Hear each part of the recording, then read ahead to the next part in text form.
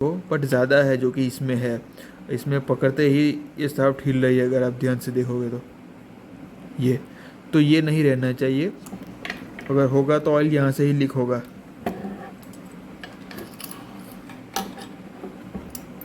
270 thrust washer है ये। और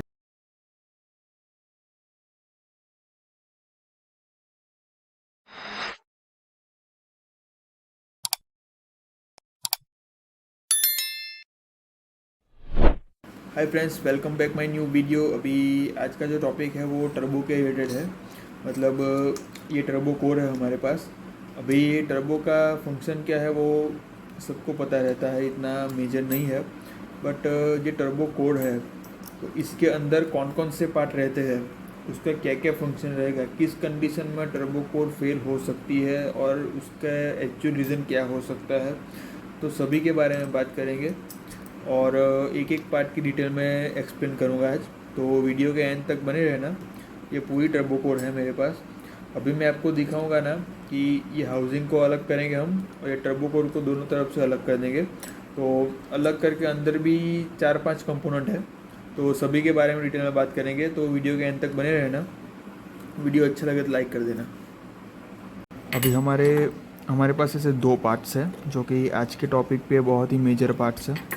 तो ये हमारा हाउसिंग है जिसको सेंट्रल हाउसिंग भी बोलते हैं, और ये हमारी जो है वो टर्बो कोर है। ये पूरी हमारी टर्बो कोर है और इसमें अलग अलग पार्ट लगे हैं जो कि इस हाउसिंग से अंदर रहते हैं, इस हाउसिंग के। और बाहर जो रहते हैं वो इसका एक कंप्रेसर व्हील रहता है और दूसरा यहाँ पे है हमारा टरबाइन व्हील। ये दो ही इसके बाहर रहते हैं, एक इस तरफ लगता है और एक इस तरफ लगता है।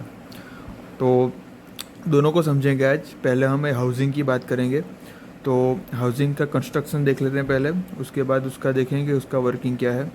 तो पहले हम यहाँ से स्टार्ट करते हैं। ये हमारा ऑयल इनलेट वाला लाइन है जो कि एक सीधा लाइन है, और अगर इसके साइड पे भी आप देखोगे तो ये थ्रेड जहाँ ख़त्म होते हैं वहाँ पे भी एक होल दिया गया है, और सेम इसी तरह इस तरफ भी है। तो जो इस तरफ वाला होल है, इस डायरेक्शन वाला, तो वो ऑयल भेजेगा इस वाले बूस्ट पे, यहाँ पे ये इस वाले होल पे। और इस तरफ वाला जो होल है वो ऑयल भेजेगा यहाँ पे इस वाले होल पे, और सीधा जो ऑयल आएगा वो इस वाले होल पे जाएगा। तो ऑयल के ये 3 पाथ है इस पे जो ऑयल का लुब्रिकेशन के लिए रहते हैं। अभी सीधा ऑयल जो जाता है वो हमारा इस वाले बूस्ट पे सीधा जाएगा, यहाँ पे इस वाले होल पे जाएगा डायरेक्ट, और ये पूरी शाफ्ट को लुब्रिकेट करेगा। और साइड वाला जो होल है जो कि इस तरफ वाला है, तो वो आएगा इस वाले बूस्ट पे, यहाँ पे जो लगता है इस वाले पे। और इस तरफ वाला जो आएगा जो कि यहाँ से निकलता है, तो वो आएगा ये थ्रस्ट वॉशर पे, यहाँ पे ये जो यहाँ पे हॉल देख रहे हो ना आप, वहाँ पे आएगा। तो अभी इसका पूरा कंस्ट्रक्शन क्या रहेगा कि पहले हम इसको खोलते हैं, इसको पूरा डिसमेंटल करता हूँ। इसमें कुछ ज़्यादा है नहीं अपना, और मेन पार्ट है वो इसी में है। इसका फंक्शन क्या रहेगा और कौन सी चीज़ें इसमें ख़राब हो सकती है और किस तरह से ख़राब हो सकती है। वैसे ये लाइफ टाइम वाला पार्ट है, कुछ होगा नहीं, बट कुछ आपको काळजी रखनी पड़ेगी। तो उससे अभी पहले हम इसको पूरा खोल लेते हैं। ओके। और ये ना यहाँ पे जो थ्रेड है वो एंटी क्लॉकवाइज रहेंगे, मतलब एंटी क्लॉकवाइज वो टाइट होगा और क्लॉकवाइज वो लूज़ होगा। तो ये एक चीज़ ध्यान रखना। और लाइन में ही रखते जाएंगे हम। पहले हमें रखा है कंप्रेसर व्हील, उसके बाद यहाँ से निकलेगा ये कॉलर, उसके बाद ये ऑयल डिफ्लेक्टर निकलेगा, उसके बाद निकलेगा हमारा ये इनर बुश, इसके बाद हमारा ये थ्रस्ट वॉशर निकलेगा, और इसके बाद ये वॉशर भी है जो कि एग्जॉस्ट साइड पे लगता है, और ये बूस्ट है। तो इतनी चीज़ें रहती है टर्बो में। ये कंपोनेंट, ये हमारा कंप्रेसर व्हील है, ये इनर कॉलर है, ये डिफ्लेक्टर है, ऑयल डिफ्लेक्टर है, ये थ्रस्ट वॉशर है, 270 थ्रस्ट वॉशर है, 360 भी रहता है, वो पूरा रहता है।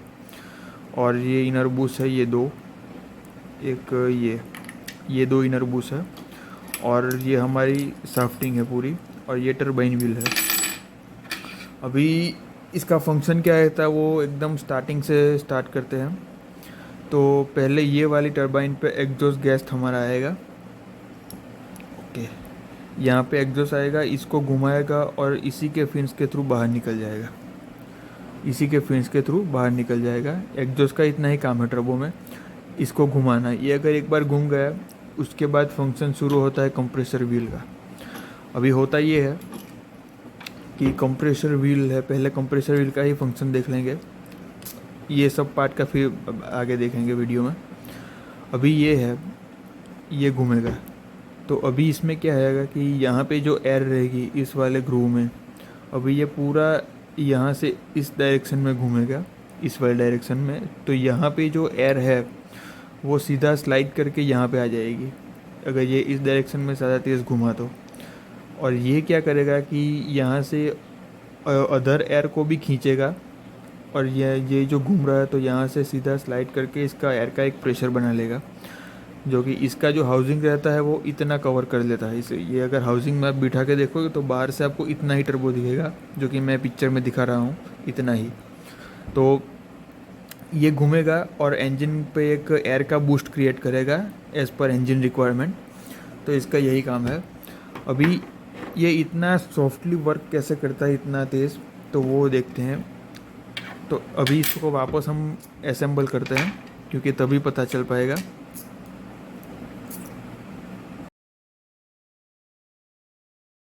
ओके, अभी हमने इसको पूरा फिट कर दिया है वापस इंस्टॉल में।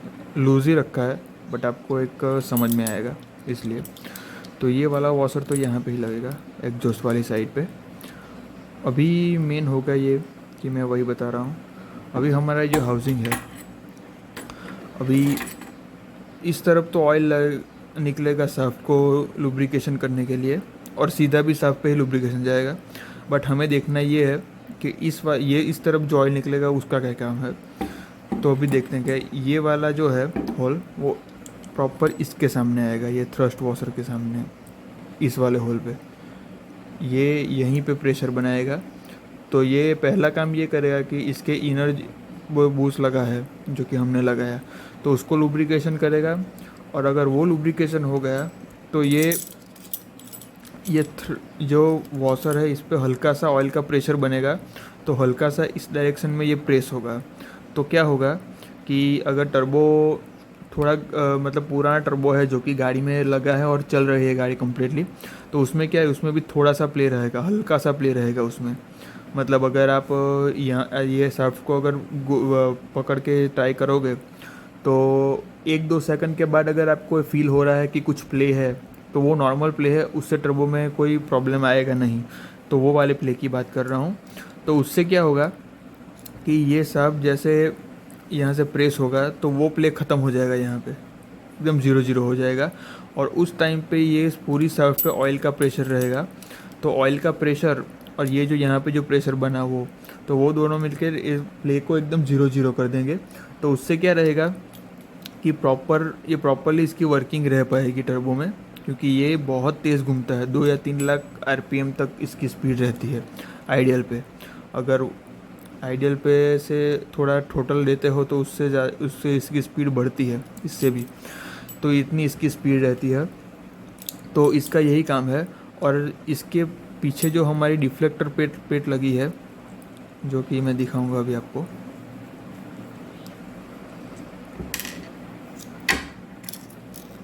ये डिफ्लेक्टर प्लेट। ओके, अभी ये क्या करेगी कि ये यहाँ पे ऐसे लग जाएगी प्रॉपर 0 to 0 ऐसे। तो अभी क्या है कि अगर यहाँ पे ये एक प्रेशर तो बनाएगा इस वाले वॉशर पे, क्योंकि ये जो कि लगता है ऐसे। ओके, ये 3 का कंस्ट्रक्शन ऐसा रहेगा। और अभी क्या रहेगा कि यहाँ पे अगर प्रेस बनाया और इसने इस शाफ्ट को पुश किया इधर, तो अभी एक लिमिट पे आएगा, ये स्टॉप हो जाएगा। अभी जो एक्सेसिव प्रेशर है जो कि ज़्यादा है, तो उसको वो क्या करेगा कि इस तरफ निकलेगा इस वाली प्लेट के, और इस वाले ग्रूव के थ्रू ये वापस ड्रेन हो जाएगा इस वाले चैम्बर में, इस वाले चैम्बर जो नीचे है, क्योंकि ये इसकी प्लेसमेंट इस तरह से रहती है, इस तरह से। तो यहाँ पे ये रिलीज़ हो जाएगा और यहाँ से वापस जो आउटलेट वाला पाइप है वहाँ से ड्रेन हो जाएगा ऑयल चैम्बर में।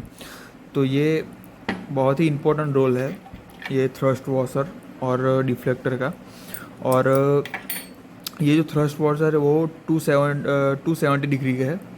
मतलब इस तरह के, अगर इसको आप सेंटर में देखो तो यहाँ पे जो लाइन आएगी इस तरह से और इस तरह से, तो 270 का एंगल बनेगा। ऐसा 360 वॉशर भी, थ्रस्ट वॉशर भी आता है कुछ टर्बो में। और कुछ टर्बो में ये ऑयल, यहाँ पे हमें ऑयल की लाइन दी गई है, तो कुछ टर्बो में ये इसके बाजू में कूलेंट की सप्लाई भी रहती है इसका टेम्परेचर मेंटेन करने के लिए। अगर ज़्यादा बड़ा इंजन है तो इसकी रिक्वायरमेंट है, छोटे इंजन में इसकी रिक्वायरमेंट नहीं है। तो यही था एक टर्बो का फुल वर्किंग हर एक पार्ट का। अभी एक और चीज़ इसमें है जो कि इसके लिए मेरे को पूरा टर्बो असेंबल करेगा, तो पहले पूरा टर्बो असेंबल करता हूँ, तो वो भी आपको दिखाऊँ कैसे होता है। तो हमें पहले ये शाफ्ट लेनी है क्लियर, ये वाला वॉशर को यहाँ पे लगा देना है, और ये जो एग्जॉस्ट वाली साइड है वहाँ से सीधा लगाना है यहाँ पे। ओके, ये हो गया। अभी इसमें ये एक छोटा सा बूस्ट है, कहाँ गया ये वाला, नहीं ये तो नट है। ओके, ये शाफ्ट हमने लगा दी, और ये छोटा वाला एक बूस्ट है जो कि यहाँ पे लगेगा इसके ऊपर इस तरह से। उसके बाद हमारी लगेगी ये थ्रस्ट वॉशर। अभी इसमें आपको देखना है ये वाला ग्रू है जहाँ पे ऑयल का प्रेशर बनता है, तो वहीं इसके सामने आना चाहिए। तो ये हमारा बेसिकली इस तरह से लगेगा, इस तरह से। ड्यूअल पिन हमें दी गई है तो उसी के हिसाब से फिटमेंट रहेगी, बट साइड का ध्यान रखना है इस तरह से। अभी इसके आगे एक और ये बड़ा वाला बूस आएगा इस तरह से, और ये डिफ्लेक्टर प्लेट है। ये जो ग्रू है यहाँ का अंदर मुड़ा हुआ है वो इसके अंदर जाएगा, क्योंकि यहाँ से हमें ऑयल को ड्रेन करना है वापस। तो ओके, इस तरह से होगा।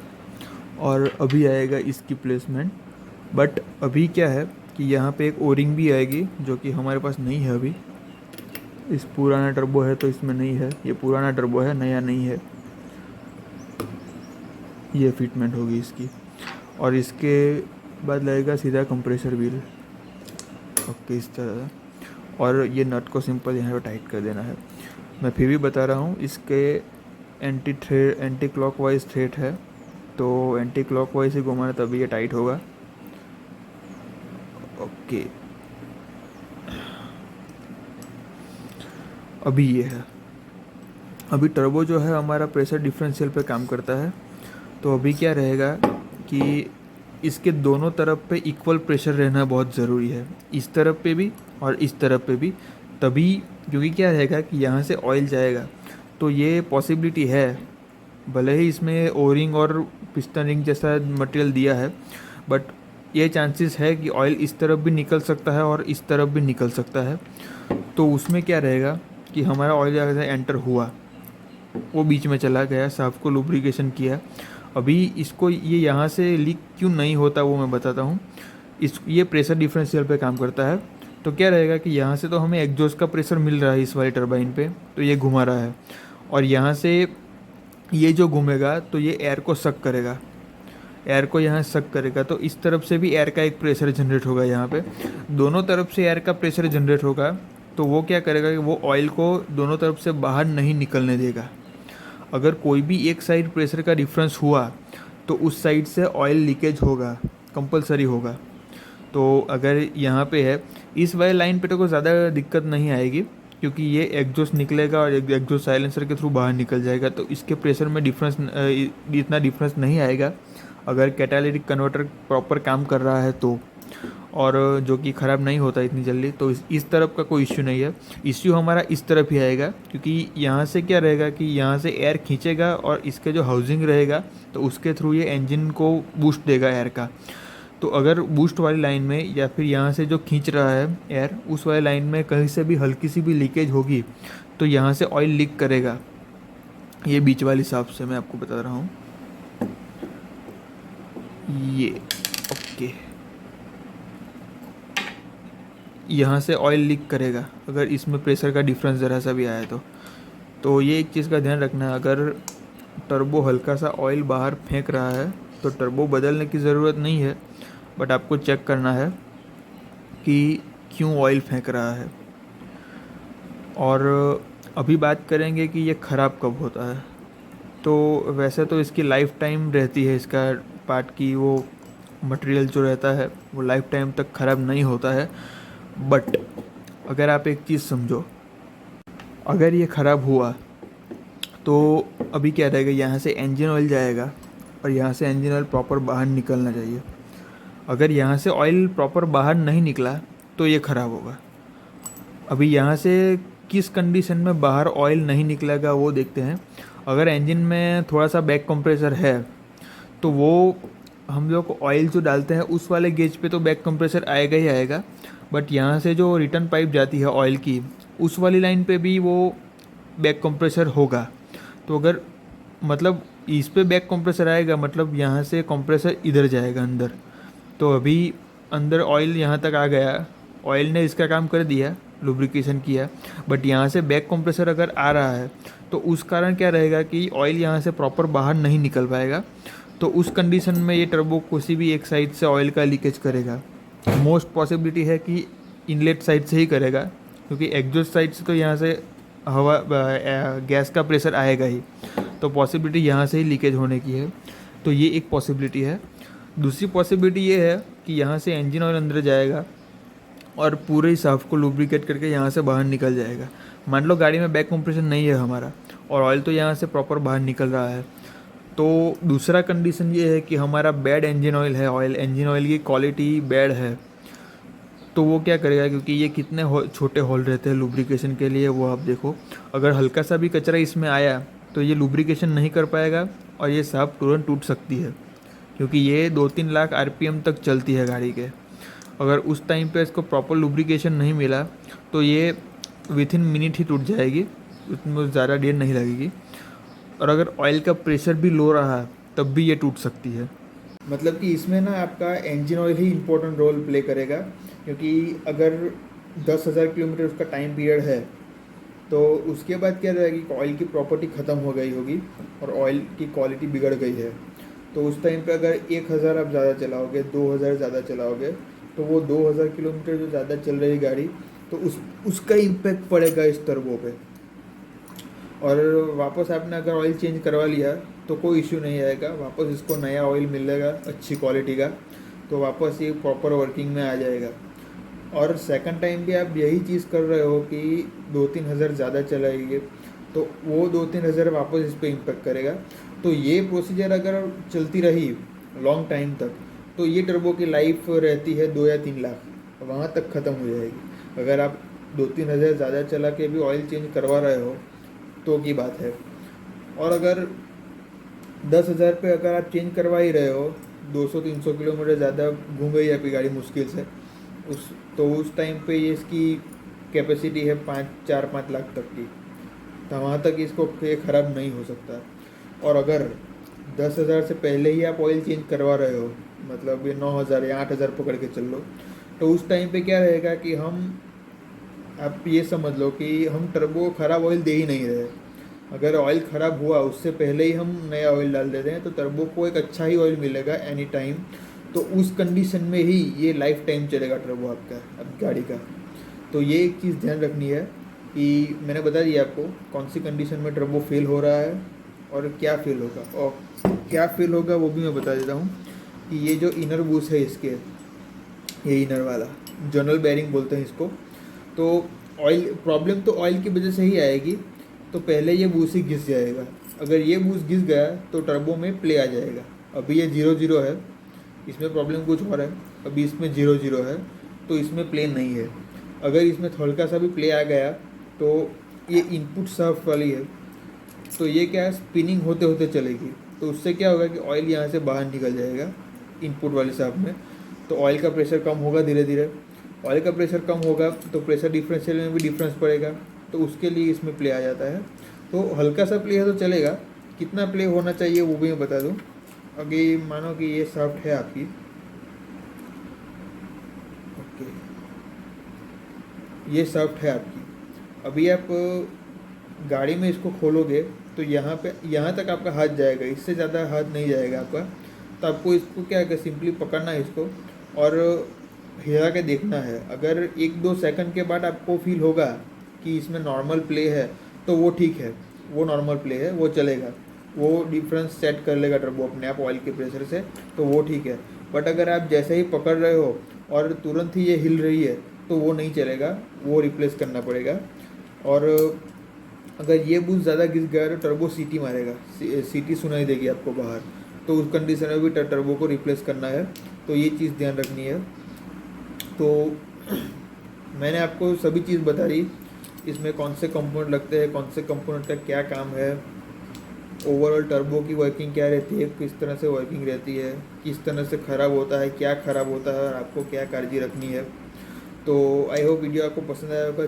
चैनल को लाइक करना, वीडियो को शेयर करना और चैनल को सब्सक्राइब करना ऐसे नई वीडियो के लिए। तब तक मिलते हैं किसी और वीडियो में किसी और इन्फॉर्मेशन के साथ, ठीक है। तब तक के लिए बाय बाय, सुरक्षित रहिए।